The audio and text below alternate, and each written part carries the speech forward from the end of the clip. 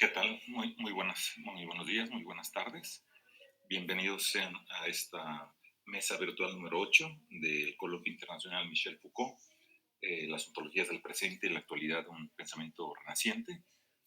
Yo voy a moderar esta mesa, soy el profesor Rafael García Pavón, coordinador de investigación del claustro de Sor Juana, y bueno, me complace presentar a los panelistas de esta mesa. En primer lugar, a Carlota Gómez Herrera, quienes, primero los voy a presentar y después de presentarlos les iré dando la palabra. Quien es graduada en filosofía por la Universidad de Valencia, donde amplió sus estudios con dos formaciones de máster, el máster interuniversitario en ética y democracia con premio extraordinario y el máster universitario en profesora de educación secundaria, y actualmente es investigadora predoctoral en formación en el Departamento de Filosofía de la misma universidad, en la que se encuentra desarrollando su tesis doctoral sobre el pensamiento de Michel Foucault y las filosofías de la subjetividad en el área de filosofía moral, política y social. Bienvenida, Carlota. El título de su ponencia se titula Recursores de la filosofía moral de Michel Foucault. Ella será la primera panelista. Entonces, si quieres, Carlota, empezar y después cada ponente, según entiendo, tiene 20 minutos. Y al término pasaríamos con el siguiente ponente, que ya lo presentaremos en su momento, que es Jesús Ruiz Pozo, y después continuamos con Santiago Rogelio García García, y así los iremos presentando. Y al final esperamos tener una ronda de preguntas y respuestas, si es que hubiera. Pues adelante, Carlota, bienvenida y adelante. En primer lugar, agradecer a la organización por este magnífico espacio de diálogo. ¿Qué impacto genera el proyecto filosófico de Kant y Nietzsche en el pensamiento de Foucault? ¿Continúa Foucault el proyecto kantiano y el nietzscheano?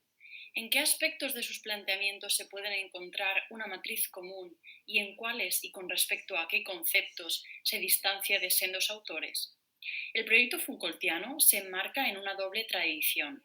Por un lado, en la tradición del pensamiento crítico kantiano, pues pueden rastrearse rasgos de las tres críticas en la metodología y la orientación de las investigaciones de Foucault. La figura de Foucault irrumpe en un panorama filosófico cuyas raíces se remontan al siglo XVIII. Si cabe inscribir a Foucault en una tradición filosófica, en realidad es la tradición crítica de Kant, esto es, en la apertura de una dimensión histórico-crítica para el quehacer reflexivo que encuentra su máxima y más fidedigna expresión en la pregunta por la ilustración. Así, en el texto ¿Qué es la ilustración?, Foucault sostiene que la concepción de la ilustración en Kant representa una crítica permanente de nuestra era histórica y lo elogia por haber inaugurado una ontología de nosotros mismos, de la realidad presente, no ciertamente como una teoría, como una doctrina, ni siquiera como un cuerpo permanente de un saber que se acumula, sino que más bien hay que concebirla como una actitud, como un ethos o como una vida filosófica en la que la crítica de lo que somos es simultáneamente un análisis histórico de los límites que nos son impuestos y un experimento de la posibilidad de rebasar esos mismos límites. Una forma en realidad de reflexión a la que se adscribe Foucault. Así, el pensador francés clasificó su propio pensamiento como una crítica histórica de la modernidad con fuertes raíces en Kant. En el texto ¿Qué es la ilustración?, definió su proyecto teórico en términos de ontología crítica de la actualidad, siguiendo, sin lugar a dudas, la impronta kantiana. El concepto de ilustración, desarrollado por Foucault, es una muestra más de su inscripción en la senda de la tradición crítica que inició Kant. La cercanía de Foucault al pensamiento kantiano, que se advierte ya en sus últimos escritos y cursos, se debe fundamentalmente a la distinción que realiza entre las dos tradiciones que habría fundado Kant, una la analítica de la verdad y otra la ontología del presente.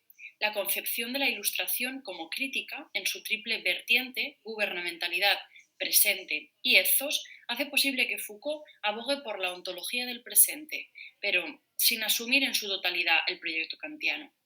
Por otro lado, también encontramos la tradición nietzscheana por la vía de Bataille, Blanchot, Klossowski, Coiré, Althusser, entre otros. Foucault incorpora esta radicalización nietzscheana del criticismo kantiano, incorporando el sentido histórico, la corporalidad y el lenguaje. Son destacables también las influencias que tuvieron las líneas de fuerza intelectuales que se cruzaban en el horizonte de su época, como es la fenomenología, el estructuralismo, el marxismo hegeliano, etc., cuyas perspectivas, tanto sustanciales como metodológicas, precisaron los presupuestos sobre los que se asienta el pensamiento de Foucault y el desarrollo mismo de conceptos clave como sujeto, poder, verdad, discurso, saber, voluntad de saber, ética o genealogía. Así, en el pensamiento de Foucault, si bien la desilusión antropológica y kantiana está presente, ello no implica, sin embargo, una desilusión respecto de la figura de Kant. En varias ocasiones, el filósofo francés inscribirá su propio trabajo en la línea crítica del filósofo de Königsberg. Muestra de ello es su penúltimo curso en el Collège de France, cuyo contenido versa precisamente sobre una larga lección sobre la respuesta de Kant a la pregunta por la Ilustración. Desde este punto de vista, se puede afirmar que la lectura de Kant en Foucault no solo abre, sino que también concluye, si es que ésta puede concluir, el pensamiento de Foucault. Lo abre porque hace de la problemática de las ciencias humanas un diagnóstico de la cultura contemporánea, de la filosofía, de la literatura y de los saberes de nuestra época, y lo concluye porque le permite elaborar a partir de Kant una interpretación de la modernidad nueva y desde la que continuar interpretando al ser humano y al mundo. Veamos en qué sentido la lectura de Kant en Foucault es uno de los impulsos intelectuales fundamentales de su pensamiento. Foucault compuso su tesis principal, cuya versión casi definitiva se concluyó hacia finales de 1958, cuyas referencias a Kant son apenas 4 y solo una a la antropología. Ahora bien, en 1961 redacta como tesis complementaria para la obtención del doctorado una traducción antecedida por una extensa introducción en la que adelantaría las reflexiones sobre Kant y el sueño antropológico que prefigurará en el capítulo 9 de Las palabras y las cosas, de la antropología en sentido pragmático de Kant. Esta tesis, mayormente escrita en Hamburgo, fue presentada bajo el título de Génesis y estructura de la antropología de Kant.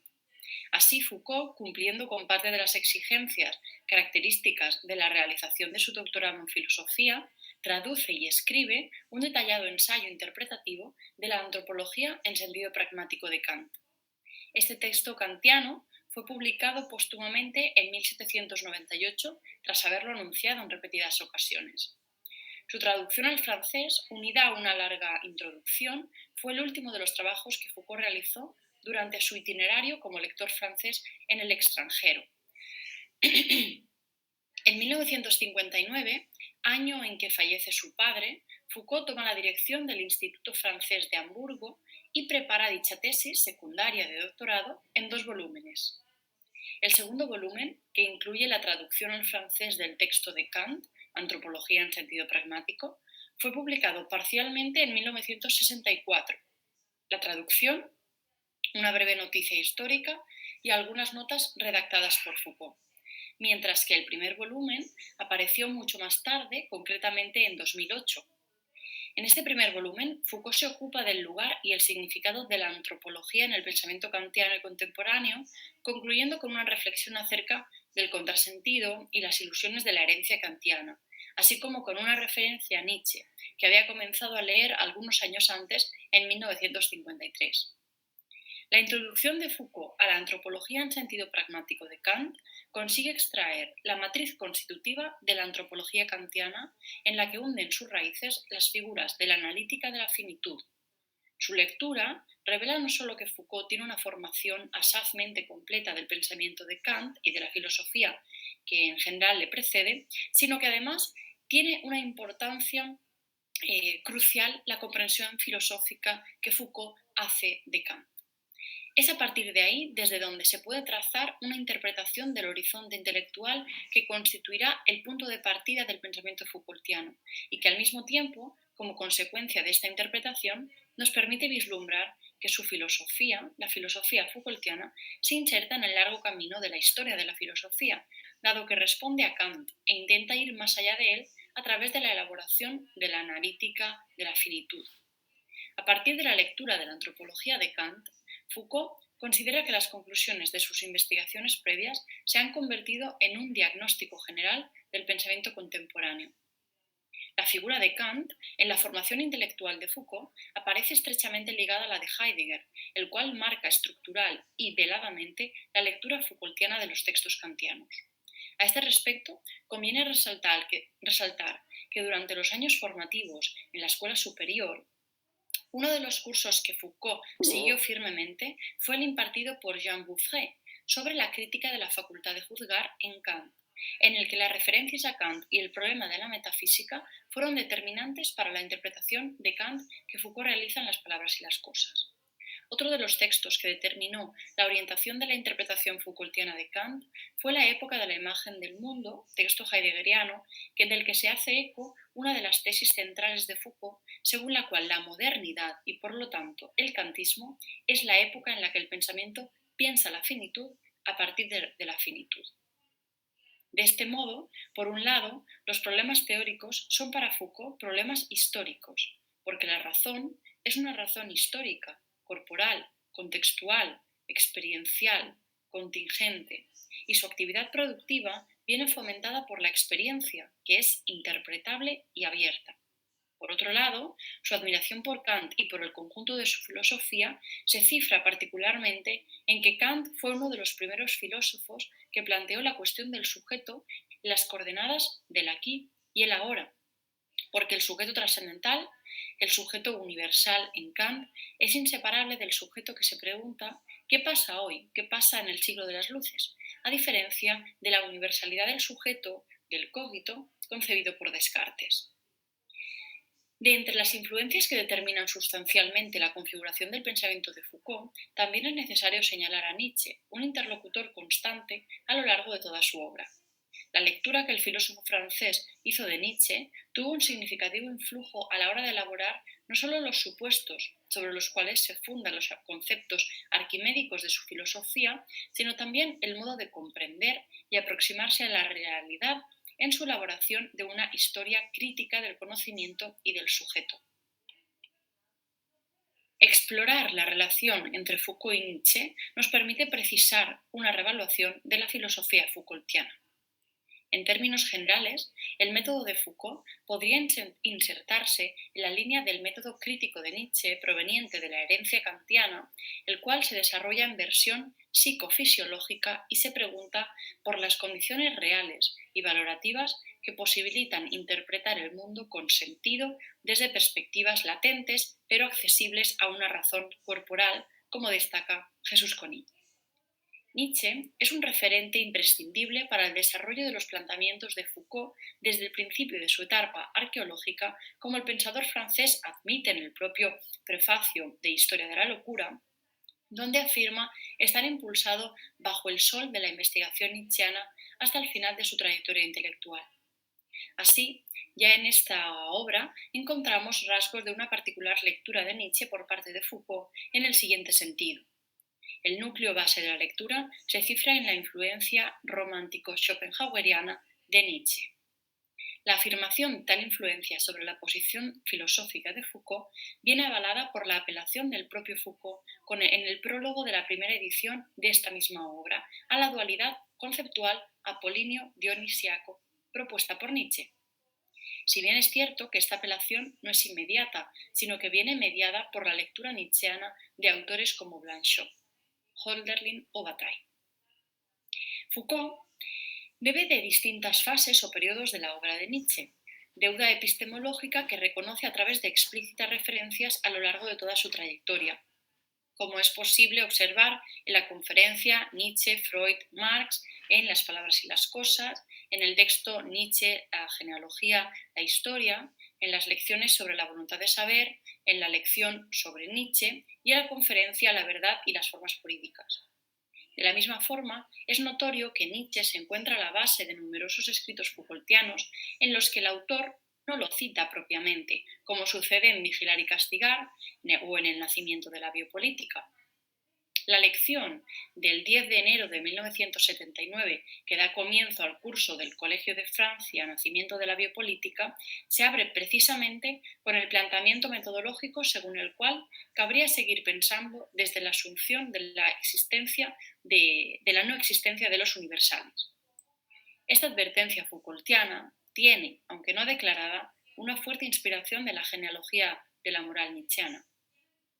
Así pues, Foucault pone en marcha su pensamiento a partir de la inexistencia de los universales para preguntar qué historia puede hacerse, con la finalidad de detectar qué tipo de racionalidad económico-política se está gestando.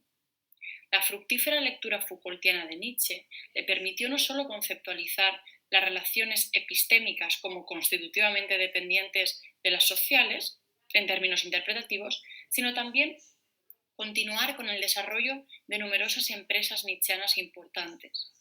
Ahora bien, es necesario indicar que Foucault no centra únicamente sus estudios sobre Nietzsche sin ir más allá de él. Partiendo de la distinción que se realiza entre aquellas lecturas que se inspiran en Nietzsche, es decir, que piensan con o a partir de él, y aquellas que pensaron sobre o a él, se puede señalar que la interpretación Foucaultiana de la genealogía se pone al servicio de sus propias investigaciones, principalmente a la hora de estudiar la génesis de los dispositivos de poder y de saber en los cursos del Colegio de Francia de los 70. Si bien no disponemos de una formación precisa a propósito de las ediciones en que Foucault leyó a Nietzsche, sí que hay constancia de que fue, junto a Heidegger, uno de los autores que más trabajó, aunque no escribió demasiado sobre él, a excepción, como hemos señalado, del breve ensayo Nietzsche, la genealogía y la historia, entre otros. Esto lo justifica Foucault en los siguientes términos. Estos autores, Nietzsche y Heidegger, no fueron para él sino instrumentos de pensamiento. Por ello, tras una revisión bibliográfica de primer y segundo orden, es posible afirmar que Foucault, más que reconocer las influencias de Nietzsche sobre su pensamiento, lleva a cabo una apropiación de los elementos de su pensamiento en la medida en que, tal y como Nietzsche hacía, no documentó mediante el uso de citas los elementos que de la perspectiva de éste tomaba. La operación que admite Foucault con respecto a la enseñanza nietzscheana es la incorporación de la perspectiva de Nietzsche. Foucault reconoce haber incorporado a Nietzsche para utilizarlo, deformarlo, hacerlo crujir, gritar. En la medida en que la pregunta por la verdad sufrió una gran transformación a partir de Nietzsche, la verdad fue cuando comenzó a pensarse como problema, esto es, como una cuestión de poder, y la investigación se centró en los procedimientos ritualizados mediante los que se produce la coacción de lo verdadero.